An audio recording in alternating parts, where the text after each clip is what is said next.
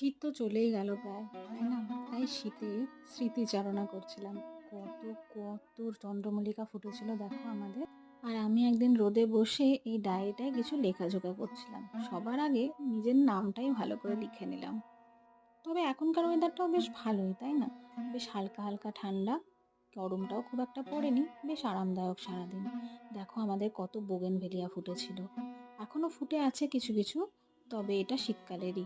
আর এই গাছটা লালে লাল হয়ে কি অপূর্ব লাগছে না?